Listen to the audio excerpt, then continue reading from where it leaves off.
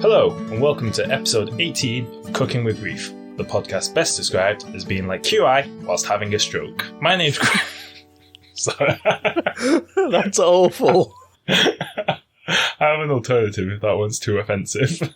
Oh, it's fine. It's just depressingly accurate. My name's Chris, and as usual, me and my trusty co-host have brought two topics each to this gunfight that the other host has not seen or heard before. So here is my co-pilot for this dive into the abyss of knowledge, Chris. Hello, that's me. Hello there. How are you? I'm very well, thanks. Maybe second guessing the intro, but let's press on anyway. How are you? Oh, I'm good. Okay, and so without any further pleasantries, over to you, Chris, to kick us off with your first topic. Okay, so for my first topic, I want to talk about TV and film tropes, or one in particular. Chris, I know you're something of a film buff. Have you got a favourite movie trope? Yeah, just something that, you know, that no matter how many times it gets overused, you're always happy to see it there. Well, it's not so much that I enjoy it, but I enjoy recognising when there's an info dump or a missed exposition, and you're like, I know why you're in this film. You're just here so that I know the plot. Yeah, sort of thing. Just trope. But, like a scientist who wanders in to deliver some sort of vaguely scientific exposition. Or the other one related trope is as you know, which is when, like you say, like scientist walks into a room with other scientists and goes, as you know, we've been researching this very specific thing that's crucial to the plot for the last 4 years. Like, in a way you just don't have to explain to your colleagues. But they say, as you know, in front of it, so everyone's like, oh yes, well, yes, of course he recognises that they know that. Because I suppose the equivalent for us would be like, you go into the office in the morning. Like, as you well know, we are working here in this office. Yes. Make the fucking coffee. Yeah. One of my favourite tropes that I was thinking about this week is in pretty much any police or, most action films, the police will be in hot pursuit, the criminal manages to get away, possibly in a crowded street of traffic, and then someone gets to stop a civilian car and say, stop LAPD / NYPD / local Berwickshire police. I need your vehicle. And the civilian dutifully climbs out of their own car, and the police manage to commandeer it. And I was watching that and I thought, does that actually happen? So I looked it up. Ooh. So this is what the law says, and this is in America. It tends not to happen in the UK because, I don't know. It just seems like a faff, I guess. Think about the paperwork. Can't be fucked. They take it seriously in America. So, the law is, in America at least, and it might differ state to state, if you're an adult and a law enforcement officer requires your help in catching or arresting a suspect, recapturing an escaped arrestee or prisoner, or preventing a crime, you are required by law to oblige or face a fine ranging from $50 to $1,000. And wait, so that's really vague, because if that's a police officer vague. came up to you and was just like, right, like Stabby McGee is up in is holed up in that room over there. I don't really want to go near him, so I command you to help me apprehend him. You're like, I don't really want to go near Stabby McGee. He sounds dangerous. Be like, I know he's got a gun. He's ironically named. Yeah, no, Stabby is a family name that's passed down. His grandfather was also called Stabby, so it was a homage to him. Or maybe the policeman just sees a guy with a really good-looking sandwich, and he's like, freeze! I cannot apprehend any more crime on an empty stomach. Give me that turkey on rye. Who has turkey on rye? It's a stupid sandwich. That's the driest bread. Like the driest sandwich you can think of. Driest meat on the driest bread. Yeah, he's going to have to immediately commandeer like a glass of water. But I mean, you probably could in that instance commandeer a glass of water going, fuck, I had to commandeer a really dry sandwich. Alright then, let's say I just love in this fictional scenario we just focus on how dry his fictional sandwich was. You see, this is why we never made it as screenwriters. We got distracted by the sandwiches. Alright then, what do Americans, give me that Philly cheese steak. Ooh, good choice. But even then, you would need a glass of water after that because it's a very cloying sandwich. It's heavy, isn't it? I've only ever had one and it just fell apart immediately. And granted, it wasn't from Philadelphia, it was from a service station in North Wales, so it may not have been... That's where you're going wrong. I was going to say, it may not be authentic Philly cheese. And it was nice, but it did fall apart instantly. I had to eat it. Did you get it confused with a Care Philly cheesesteak? Oh, what? Isn't Care Philly a town in North Wales? It could well be. It wasn't the town that was in. Both our jokes are wasted on each other. You make film references that I don't understand. You refer to Welsh towns. I don't know if it's in the north of Wales. Anyway, right. So, the act of seizing civilian property, in this particular instance, it's called posse comitatus, which, just as a heads up, if you Google that without the safe search on, you get a very different set of results. In actual fact, this doesn't happen very often. When it does, most people comply because you don't have in the heat of the situation, you don't have the nous to say, hang on a minute, I'd rather take the fine. Mm-hmm. And if the police are in that situation, then they'd rather apprehend the criminal than stop, take your registration number and issue the fine there and then. So it doesn't actually happen very often. I found one article with a guy who worked for the LAPD for 26 years, and in that time he did it 3 times. That's still more than you'd expect. Yeah, that is more than average, he said. And one time he commandeered a bike, just like a pedal bicycle, but it didn't have any brakes, so he fell off fairly quickly after that, turning his action hero moment into a farce. But yeah, so it doesn't actually happen that often, and even when it does, like so many things, not exactly how it is in the movies. You know, if you're a Hollywood agent and you're looking for a fresh new script where the focus is on the cloying nature of a sandwich rather than the actual crime itself, then we are your screenwriters. I can practically hear the phone calls. Practically, I mean not at all. Yeah, I think that might be tinnitus. So that's my first topic over and done with. Chris, what have you got for your first one? Quick question. Who do you think the most dangerous celebrity is? She's no longer with us, but I once saw a video of Amy Winehouse drop-kicking a member of the paparazzi who wouldn't leave her alone, and she absolutely nailed him. So I'm going to go with Amy Winehouse. The ghost of Amy Winehouse. Yeah. Well, actually, in this particular case, being dead wouldn't be an issue, because the most dangerous celebrity is, in fact, Kim Kardashian.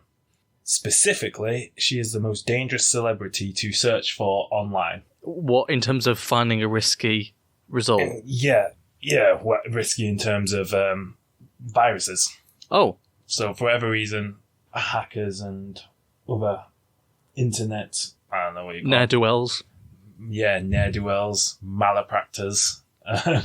Brigands. Yeah. E-rogues. For whatever reason, this year, her name has the most links to potentially malicious sites, according to McAfee. Do you think people took her campaign to break the internet too literally? Well, maybe. Well, what's weird, though, right, is the fact that there's not a lot of logic behind... So, like, obviously, Kim Kardashian, you would be like, if you're, like, gonna target people, then, you know, so it makes sense, Kim Kardashian, because she's one of the most famous people on the planet. And, like, at least definitely in terms of, like, internet side of things. Mm-hmm. You know, like, people internet will culture, Google yeah. her. Yeah, people will be Googling her. So, you know, you can see that. But, like, number 2 most dangerous one was Naomi Campbell, who, obviously she's very famous, but, you know, you not in this not as decade. Much as that. Like, yeah, exactly. And, like, last year, the most dangerous celebrity to search was Craig David. Wow, that is like, pretty retro. Don't get me wrong. Yeah, Craig David. Well, he had his, like, comeback last year. You know, Craig David is back. But, yeah, I don't know, like, world's most dangerous celebrity to look up being Craig David in 2017. It just doesn't, like... Oh, actually, sorry, it's not the world's. It's in the UK. Although, weirdly, I'm not sure how much different results you'd get searching from America. I don't know. I think Craig David has a bigger cultural impact here than there. Oh, Craig David, yeah. I mean, the results are for the UK specifically. Right. That's what I'm saying. I'm not sure like how many different... Obviously, Google will change its preferences based on your location, like what you see. I didn't think it'd be hugely different if you Google Kim Kardashian. It wouldn't be like, oh, well, you clearly want the pip pip tally ho Kim Kardashian sites. Not the yeehaw! for non-UK listeners, I'll translate that as the photo shoot that Kim Kardashian did in all cricket whites. So how safe are your late-night Kurt Russell searches? They are not strictly late night. That makes it sound wrong. Yeah, all right. Sometimes it bleeds over into the morning. Yes. Honestly, he's not mentioned, so I should be safe. In Kurt Russell we trust. Yeah. You want a Kurt Russell fact? Not had one for a while. Yeah. Let's go for it. All right, cool. I actually wrote some down in preparation for these moments. Apparently, Walt Disney has mentioned his final words he wrote was Kurt Russell. Which, incidentally, may well be mine.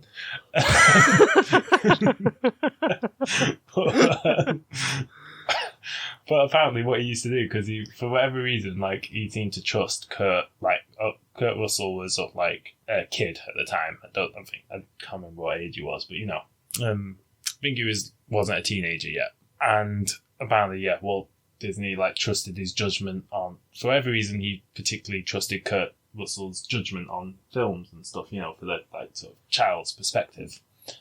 And one film that he was shown pre-release was Mary Poppins, and apparently, asked for what tips he had for the film, if any, feedback, and apparently he said more penguins. So apparently that's why there's all those penguins in that weird scene in. They Mary certainly Poppins. Delivered on that. Yes, exactly. So there you go. Thank you. I enjoyed that Kurt Russell fact. So there's a Kurt Russell fact and some internet security tips. Don't Google Kim Kardashian. Well, I've managed to do that for the last 20 years of my life. And I think I'll be all right now. But now it's like... I like how you said the last 20 years, which means for those... First 5 or so years before you were apparently on dial-up internet, just furiously Googling Kim Kardashian. Yeah, I was just asking the talking clock, just about someone that the world has not yet heard of. I feel like I'm sure OJ's lawyer's daughter's going to do something interesting one day. Better get in on that before it all blows up. Yeah, I really should have invested in something. I don't know what. Alright, so that's my first topic over and done with. What's your second topic, Chris? Well, it's to do with bullying.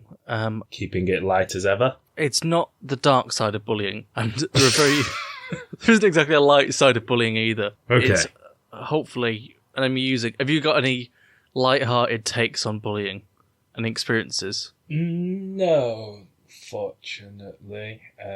Well, there's always back and forth at school. There was a little bit of mild racism, but, it's neither here nor there. I do remember my first fight at school. I don't know if it's bullying or what, but I just remember we all went down to watch a fight in the basketball courts. And then for some reason, like with all school fights that get postponed. Yeah. And nobody can remember what they were fighting for. And it seems to involve a lot of pushing rather than... Yes. Well, there's a lot of you hit me first. No, you hit me first. Because by then, the adrenaline for whatever minor slight had caused the urge for need for violence. Someone pushed it in the lunch queue. Yeah. It's all evaporated by then. But to save face, they can't just back down and say, let's not fight. And I remember we'd all gone down to watch it, and there's loads of us there. It is weird, the urge to fight out of social politeness. Yeah, well, look, all these people that have turned up. Yeah.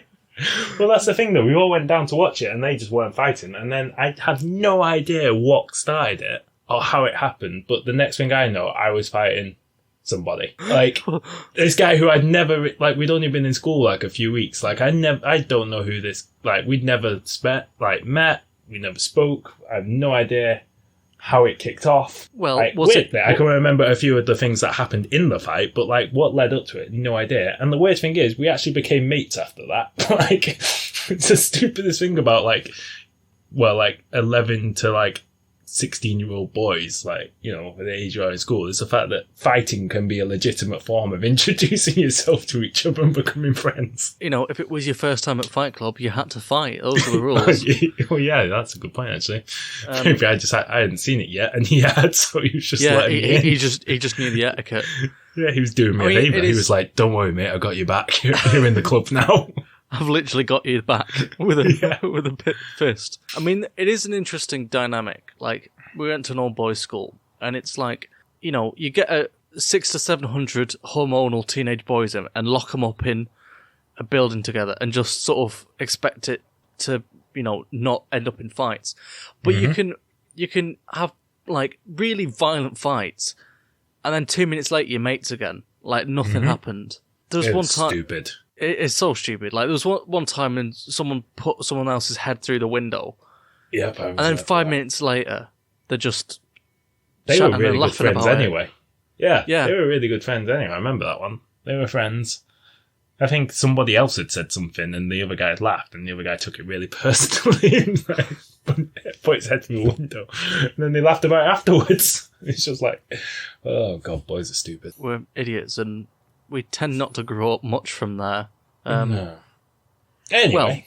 Well, one country that deals with it slightly differently, or is attempting to do it slightly differently, is South Korea, where there's a firm set up called the Uncle Service, and this company lets you hire thugs to intimidate your kids' bullies. That seems a bit like a circular solution. Violence begets violence sort of thing. Yeah. How are they going to be engaged in We're bullying them with bigger bullies. Yeah, grown-up bullies. And it escalates to some sort of thug bidding war. So, for the equivalent of about 300 quids, you can send some burly men to the school where the bully is, just to intimidate them as they're leaving, maybe sort of give them a stern talking to. For about double the price, they go for a subtler tactic, getting video evidence of the bullying in question, and then showing it to the school administration, and essentially blackmailing them to sort it out, otherwise they'll leak it to the school board. Ooh, plain dirty. You know, you've got to respect those underhand tactics. Mm-hmm. There's a deluxe package which costs about $2,000, and you get all of the above, but plus they picket the workplace of the bully's parents. You know, just to sort of add another level of social shame in there, which really goes down well. They'll basically just pick it outside and... But who do they hire for this? Because surely the people you hire are the type of people who are comfortable bullying people. Well, yeah, it should offer... You have to have a certain mindset to be like, you know what, there is an amount of money that I am willing to take to go harass a child.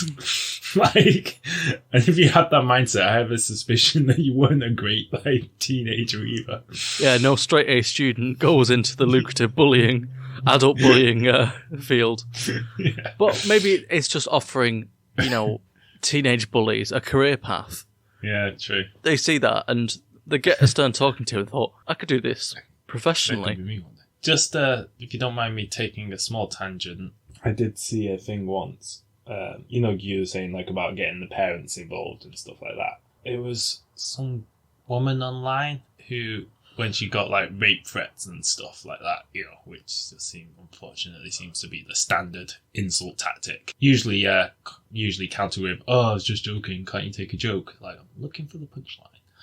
But anyway, when she got those type of threats and insults and whatnot, she somehow managed to track down the boys' mothers on Facebook, and she'd quote it and send it to them. She'd be like, "By the way, this is what your son said," screenshots, and just be the ultimate shame of having to go explain to your mum you're harassing random women on the internet with those threats.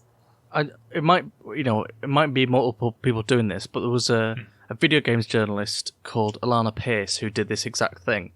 It could well be her. Honestly, this is a vaguely half-remembered thing I saw online once, and I was like, huh. Well, it wouldn't be cooking with grief if we had any firm facts. But yeah, exactly that sort of thing. So, what was she called? Alana Pierce. Okay.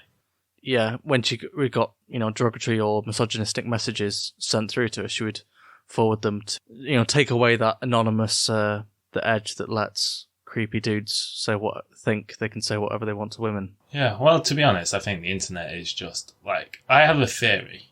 Okay, this isn't going to go well with our our firm anti-bullying stance, because in one previous episode, here we go.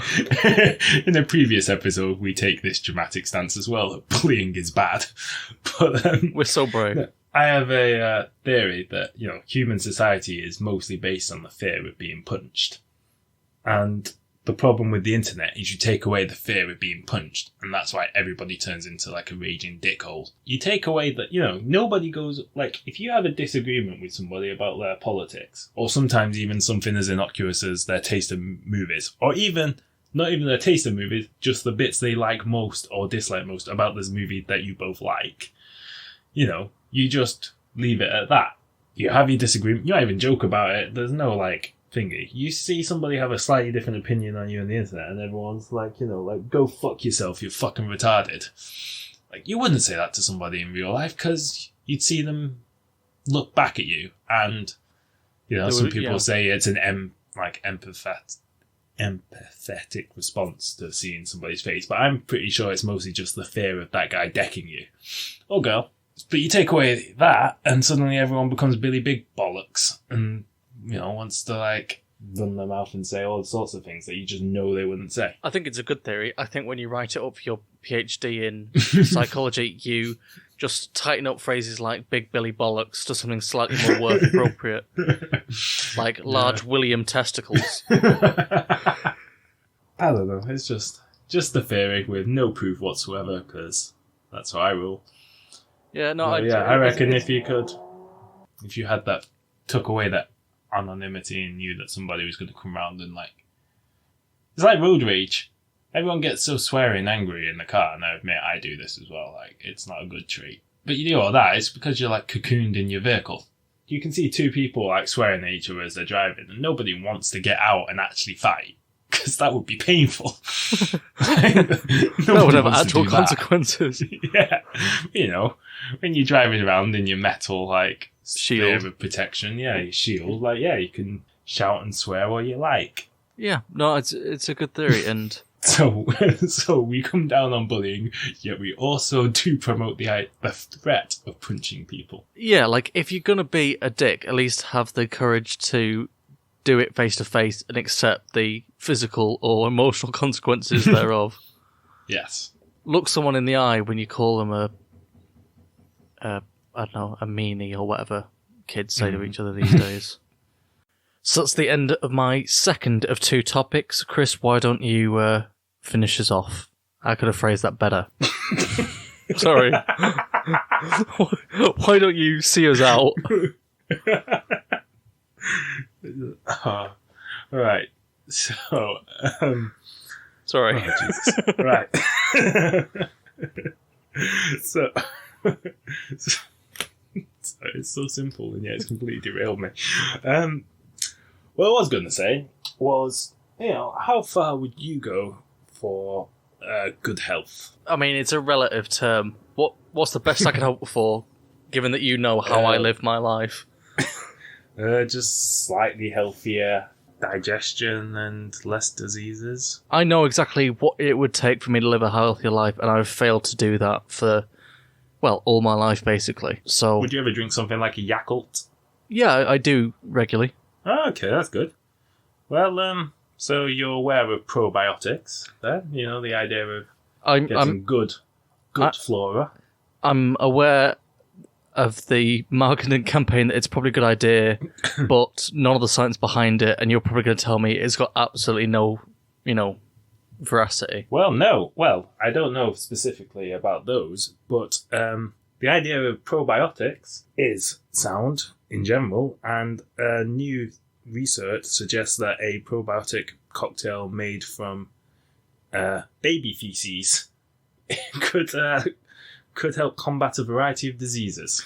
All right, well, in answer to your previous question, I draw the line well before baby feces. Well, are you sure? Because, it could help weight loss and overall health. I would rather be 300 stone than drink a baby feces flavoured Yakult. Right. Well, there goes the Yakult sponsorship. Well, no, because we could get the Yakult sponsorship and be like, Yakult, it's better than baby shit. Yeah, I guess. So So this is at Wake Forest Medical School. Lead author, Dr. Hariam Yadav. This is their reasoning behind it. Was babies are usually pretty healthy and clearly do not suffer from age-related diseases such as diabetes and cancer. And, of course, their poop is readily available. That's a doctor using the term poop. Yeah, I'm not in a comfortable with serious that. situation. Also, I'm not entirely sure I get behind the whole... I mean, I don't... No, right. You know, I'm going to say my point. I am going to acknowledge the fact that I'm not a doctor. I don't work at a medical school at a prestigious university. So when I pick this fight with science, like, I acknowledge that it's coming from a place of complete ignorance. Babies and healthy... Like, infant mortality was one of the biggest killers until, like, modern medicine. Like, the idea of inherently healthy babies seems kind of bollocks. Yeah, because they're essentially helpless things. It's not like a giraffe that can flop out and then immediately start running. Yeah, but it's like, even then, like, if you go to... Like, apparently, back in the day, so let's, you know, as I always say on Twitter... at Cooking with Grief without the G on cooking. Because we're called... we go from science to history. So here's some science, here's some history. Apparently back in like Roman times and stuff, at least as far back as Roman times, once a human passed like childhood, life expectancy was not that much lower than ours. Like if you survived to like teenager, the chances were you could live till like 50, 60. Obviously, like, the poorer you were, the harder it was. But, you know, the human body didn't get hugely better. Yeah, but they had sanitation and a Mediterranean diet, which are... which helped. Pretty good, you know, things to have. Yeah. Although Roman cities and towns didn't... One of the most underrated parts of modern life is bin collections. So apparently in Rome, they used to just toss all the rubbish out onto the street, and that was that. Like, the idea of taking it away to landfill and stuff is a great idea. Yeah, big fan. But I digress.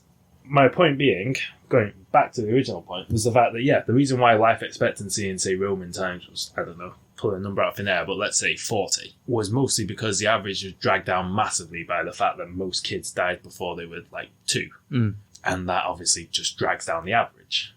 So, I don't know, the idea of inherently healthy kids does seem a bit weird. But... to get back on track and go to the qualified doctor with far more experience in this particular field, they used 34 different nappies to create a probiotic cocktail. And they only tried it on mice, but apparently it helped them by boosting the short-chain fatty acids. It made them more resilient to immune system diseases. So that's good. Yeah, I mean, good for them, but it's not going to catch on. Apparently sauerkraut is useful, though, to help digestion, so the Germans should be quite healthy. But that's I mean, I eat it occasionally. What, sauerkraut? Yeah, you know, there's a big Polish supermarket in my town, so... A Polski sklep. Exactly. They won me over by saying it's pickled cabbage. At no point did they say, it's baby shit. Well, no, sauerkraut isn't baby shit. No, I know, but... I don't want to ruin it for you. I don't care how good this doctor's baby shit protein shake is. It doesn't say... how it's administered. Like, does it have to be ingested? Because if it has to be, if you can, like, compress it to a tablet form or something, then people might go for it. Because, but I think the idea of having to drink something, knowing it's from a collection of baby nappies, that would be a hard sell in the marketing department. I mean, there must be a way around it, though, because we have plenty of euphemisms in normal supermarkets. So fresh cheese is, a euphemism for old milk, Touché. Hey pals, make sure you keep listening after the outro, because there's a message from some fellow podcasters about their podcast, which we think you'll really enjoy. And on that brown note, I think we've exhausted our knowledge for this week. I hope you've enjoyed following us on this journey into, what can only be described as madness with a slice of information on the side. I say it can only be described as that, let's be honest, there's a million different ways you could describe it. Yeah, we could describe it loads of different... We could describe it as a quiche Lorraine. It wouldn't be accurate, but... We could still describe it that way. Yeah. What do you want? Accurate descriptions? Yeah. You're at the wrong podcast. Yeah, well, yes, but also the right podcast. And we hope you join us again next time. As always, I've been Chris. I've been Akish Lorraine. Thank you. And we'll tell you to follow us on Twitter and stuff after the music. Bye. Bye. Thank you for listening to this episode of Cooking with Grief. If you enjoyed it, please make sure to recommend it to a friend. If you'd like to get in touch with us, you can email cookingwithgrief@gmail.com or follow us on Twitter. That's @cookingwithgrief. If you'd like to hear more episodes, then please subscribe wherever you listen to your podcasts. And if you've got the time, then it'd be great if you could leave us a review on iTunes. Thank you.